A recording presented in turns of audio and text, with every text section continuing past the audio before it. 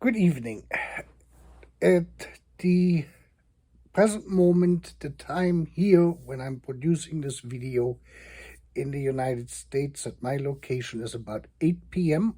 on January 30th of 2025. That means by the time this video is posted, it is probably already Friday the 31st in Europe. And as a topic, I have chosen a very how should I say this, touchy subject.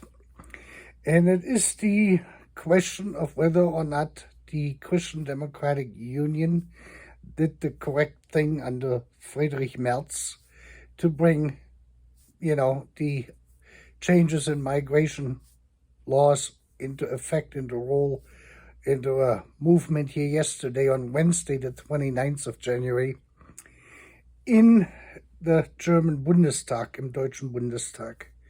And normally I really don't get involved in these everyday political, squabbles between these parties. And the reason why I'm making this video is today I watched the news media over in Germany, and there were two opinions or views emerging. The political left, the social Democrats with the left party and the Green Party, that spectrum said that Merz made a deal with the devil by introducing that legislation, or the first step to take legislation or change legislation or to create legislation, to modify legislation for the migration laws in Germany, when he basically put a law or something up for vote, and he knew that the AfD, the Allianz für Deutschland, the Alliance for Germany, is going to vote with him. And Merz, as the representative and the head of the Christian Democratic Union, and as the primary candidate, for chancellor in the next election here in February, I think February 26th, don't nail me down, said no, he didn't, but he did it because he thinks it was the right thing to do because of the tragedies we have seen in Germany, in Aschaffenburg, with the child and the elderly person who were killed there by an asylum seeker migrant with a criminal background, and the same story in Magdeburg at the Christmas market there shortly before Christmas last year, which killed several people. So the barrel was about to flow over, so to speak. Yeah, and so he brought that legislation, and he said that is the right legislation, even if the wrong people are going to vote for it, which he meant the AfD by that. Now, what I wanted to kind of explain to the viewer who may not be as familiar with Germany, especially with our political stuff, to bring some more understanding to the table here, so to speak. I think I've mentioned this in my videos that I was actually involved in and with and part of the Christian Democratic Union from about 1984 on until I left Germany for the United States in 1991. And I was never a high-ranking elected official, but I was in the background, and I was basically working in the think tanks and in the internal party workshops we have, to create a policy, basically policy-making activity. That was my primary business, so to speak, and I was the press secretary for our town, where I was part of the party there in our local chapter. I wrote up the weekly or monthly articles about what our activities were for our local newspaper at the time. That was kind of what I was doing. And in order to understand this whole thing with the AfD, on how this came about, and why we are there at the moment where we are, and why the left is so against the AfD, I want to explain that a little bit. In order to understand this, we have to go back to a time when Germany was still divided, say like around 1970, when Helmut Schmidt was the Chancellor of Germany. The Western German politics, the Christian Democratic Union, had a separate party, basically an independent party, but which is affiliated in ideology and pragmatic and program and that sort of stuff in Bavaria. And they're called the CSU, the Christian Socialist Union.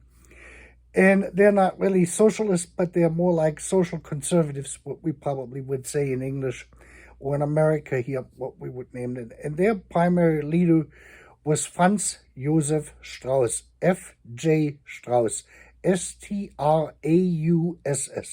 You can Google that and then get the whole background. Strauss lived from 1915 until 1988. I've never met Strauss. I met his successor then, but we will get to that in a minute. Strauss was the same as Helmut Schmidt, who was born in 1917. Both of them had been drafted into the Wehrmacht around 1937, 38, 39, and were part of the Wehrmacht when the war started, and they fought several different battles. Both of them winded up eventually later on in the 1940s on the Eastern Front. Both of them, because they didn't get killed or injured, kind of sort of worked their way up this went. At that point, when the war started, the Wehrmacht no longer had a difference between commissioned and non-commissioned officers, the way you normally have this in an armed service, with when you don't have conscripts or a draft in general. So once this started, and because of the losses they had experienced, they would take in so-called, compared to enlisted people, drafted people, and they would rise up through the ranks. And both Strauss and Helmut Schmidt both became second lieutenant and first lieutenants by the end of the war. That was a pretty good rank. And both of them had a very big support in the 1970s in their generation, who they fought with, all of their Wehrmacht comrades. There were millions of them which had survived the war, and their families. So the Wehrmacht's soldiers who were more left-leaning, they would vote for Helmut Schmidt.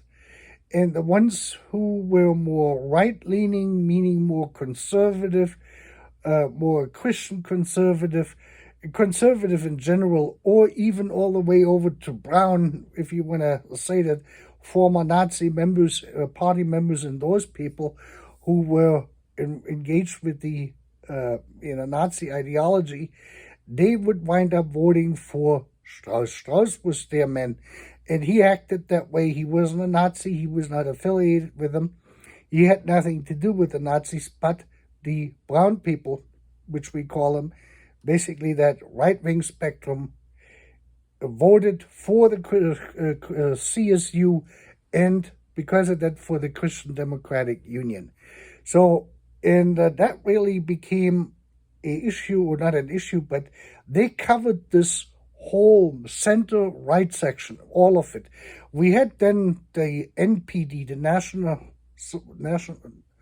Nationalist Party of Germany. That was some right-wing party we had. They came about in the mid-60s, but they were always very, very small, and they never really made it into any, into any parliaments. They never really got elected. They got 1%, 2%, 3% of the vote. Most of the time it was around 1% of the vote. That was the real far right. This was the real hardcore Nazis who had found a home in that NPD party in Western Germany. But the general public was basically absorbed by both of these people, between Helmut Schmidt and Strauss. Kohl did not serve, if I remember that correctly, in World War II as a soldier, so he had less of an appeal.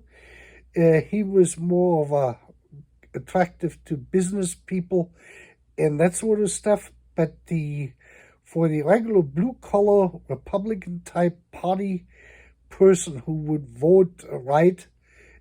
Strauss was the man. He spoke their language, he acted like it, and everything what came with it. And that was the situation pretty much from 1957 on until 1988, when Franz Josef Strauss died of a heart attack suddenly on October 3rd. And that was the time when I was really heavily involved when that happened. And when Franz Josef Strauss passed away suddenly, his successor became Theo Weigel, W-A-I-G-E-L, W-A-I-G-E-L, sorry. Weigel, yeah, and he was from Bavaria too. He was, before Franz Josef kicked the bucket, he was the finance minister under Helmut Kohl.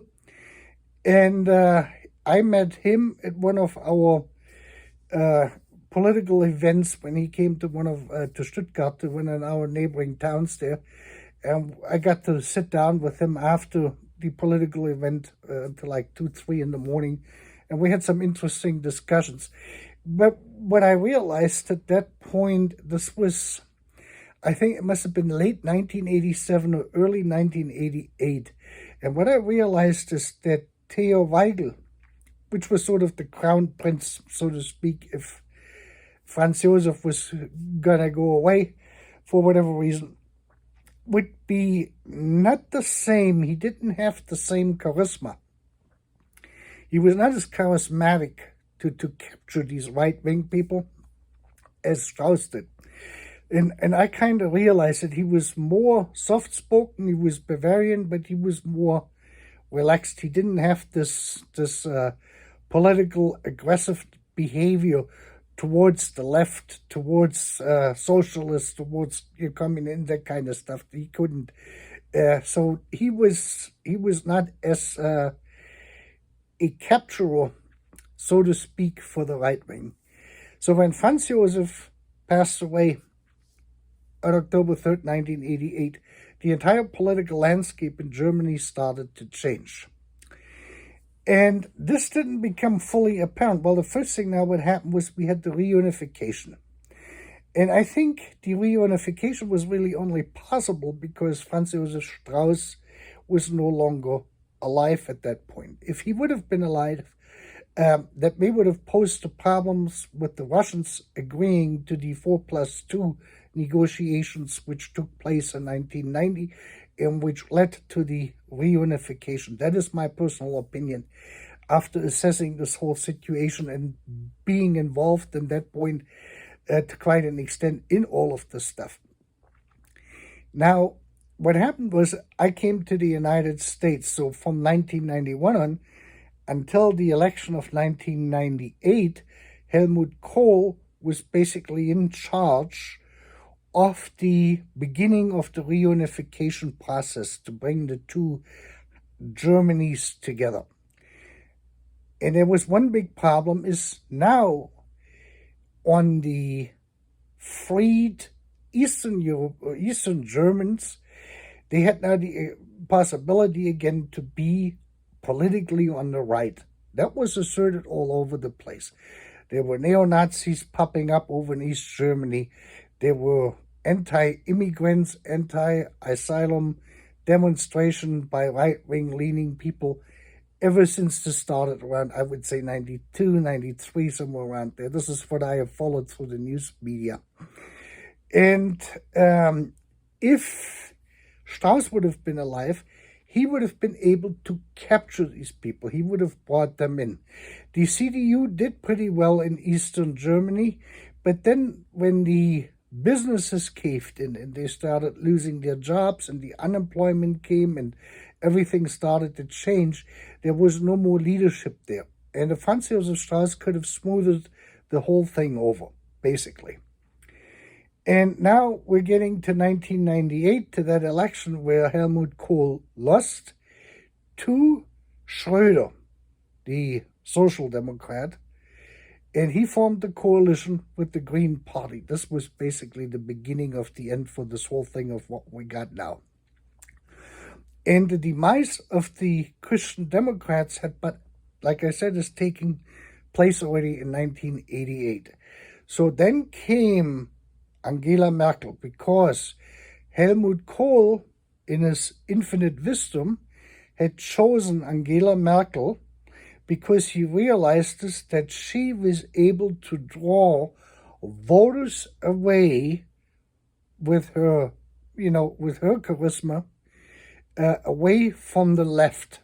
So what they decided to do somewhere around there, around 2000, was to let the right go and shift to the center left. And that kind of drained out, slowly but surely, some voters away from the Green Party and some voters away from the Social Democrats.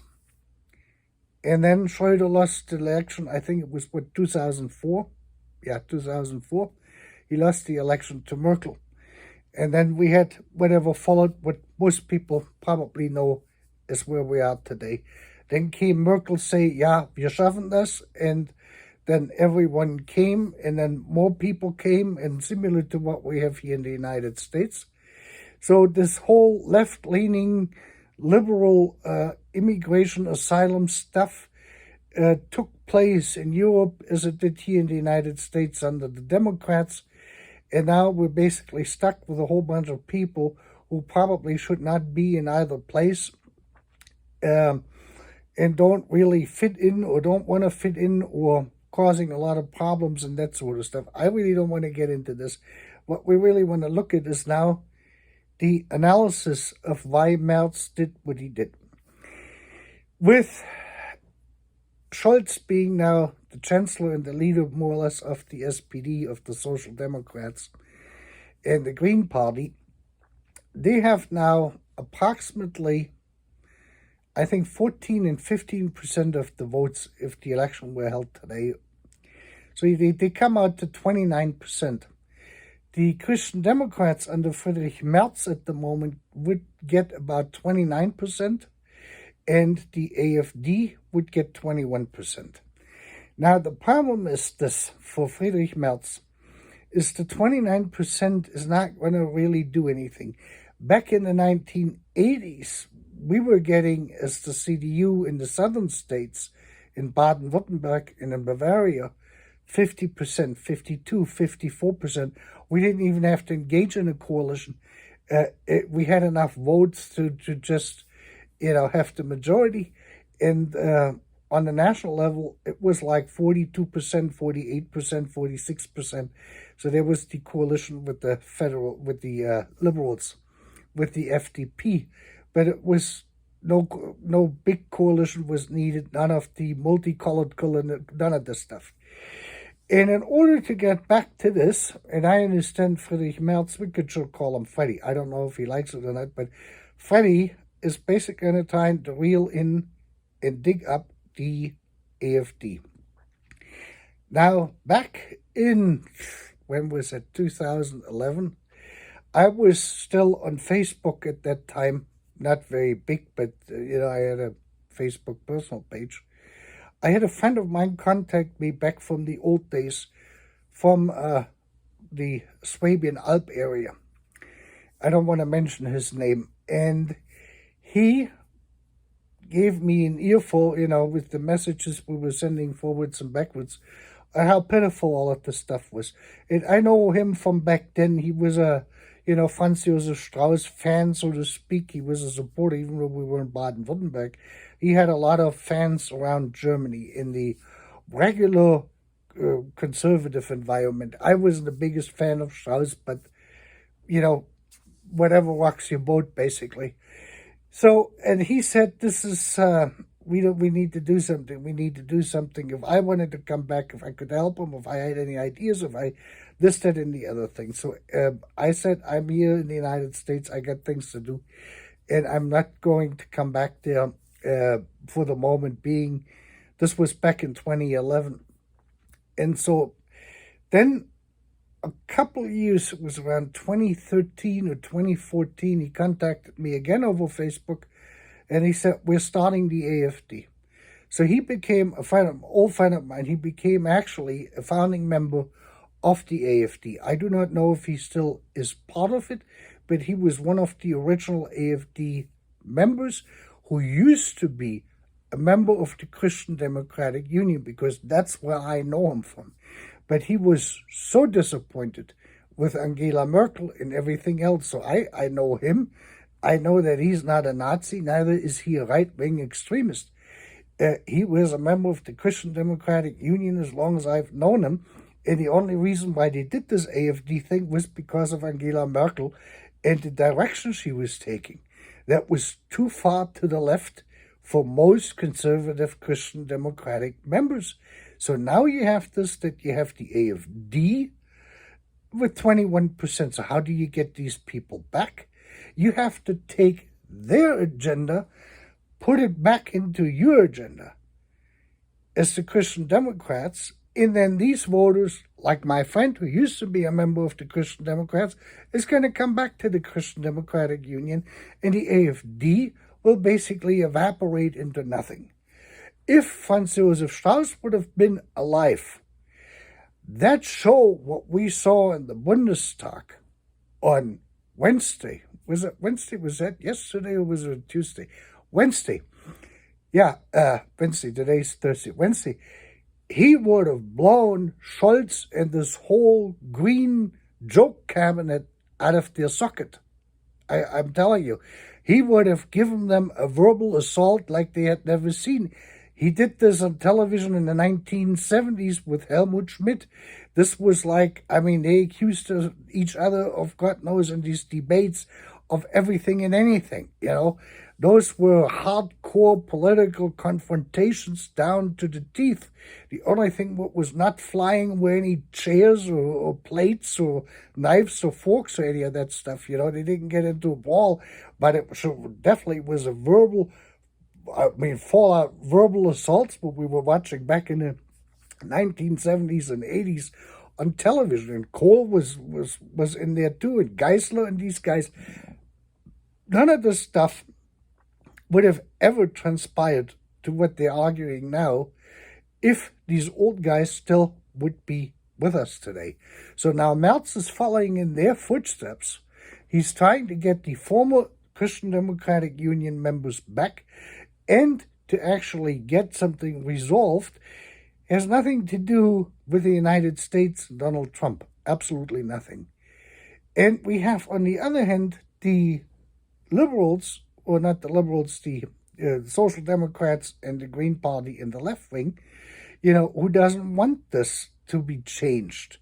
I don't understand the logic of why they want people with who have become criminals. They didn't maybe have been criminals before they came to Germany. Maybe they weren't. I don't know. But they sure have engaged in criminal activities over there. And something has to be done. You cannot, have the population run around in fear of those people. This is not every immigrant. It is not every asylum seeker. The great majority of these people are probably good-hearted people, and they want to live in peace and make a living. But it is the few who are going to destroy everything for the complete group of people they're belonging to. And that has to be resolved one way or the other. So this is at least my opinion, if the Social Democrats and the Green Party think that this is going to go away, or these people miraculously, become good, honest, law-abiding citizens, this is not going to happen. I don't think it will. I do not know why these people have these issues, the mental issues. May they have suffered some mental, events which caused them trauma, and that is now surfacing in Germany. And you would hope that they get the psychiatric help they will need if this is the case. Some people, they come out of war-torn areas, and they probably have psychological issues which need to be addressed. And if that doesn't get addressed properly, you're probably going to see these kind of things. But this inaction out of the left wing is just mind-boggling. I do not know how these people function mentally, but they sure are directing the country into a very different direction from what it needs to go. I think I agree with Friedrich Merz, with Freddy, when he says, I'm going to bring our old CDU members back into the party who have drifted away to the AfD, and we're going to bring these voters back. You may going to lose some voters to the SPD who were attracted to Merkel, in the first place. They might be more left-leaning. They may go over to the Social Democrats. They may vote for this new thing that Sarah Wagenknecht, Bündnis Sarah Wagenknecht, yeah. That is something to get a hold of too. Who knows what these people are going to do. But in essence, as more percentages, as smaller you can make the AfD, bringing the CDU members back to the CDU, the CSU member back to the CSU from the AfD, the better the whole society is going to be off.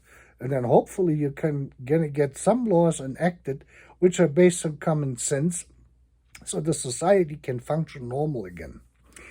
That's at least my opinion in this. For what it was worth, I put in my 25 cents, so to speak. We will see what's going to happen today if you are in Germany, or for us here in America, it will be tomorrow if you're watching this video by the time it is released. By today, I mean for Europe, Friday, the 31st of January, when they're taking up another vote on another piece of legislation they want to introduce, which deals with migration. And I think on that particular package they're putting together, they're presenting today, this Bündnis Sarah Wagenknecht also, indicated they're going to vote for this. So now you're going to have tomorrow or today possibly the CDU, the FDP, that is the Libertarian Party, Bündnis Sarah Wagenknecht, I'm not so quite sure it's going to be on the left, that party, and the AfD, the right-wing party, and the Christian Democrats and the Christian Socialists all vote for this. So you have left to right and center everything voting for that package, with the opposition being, primarily SPD, the Socialists, and the Green Party. With that, you have a great night or a good morning, depending on where you are on our planet, and I'll be back.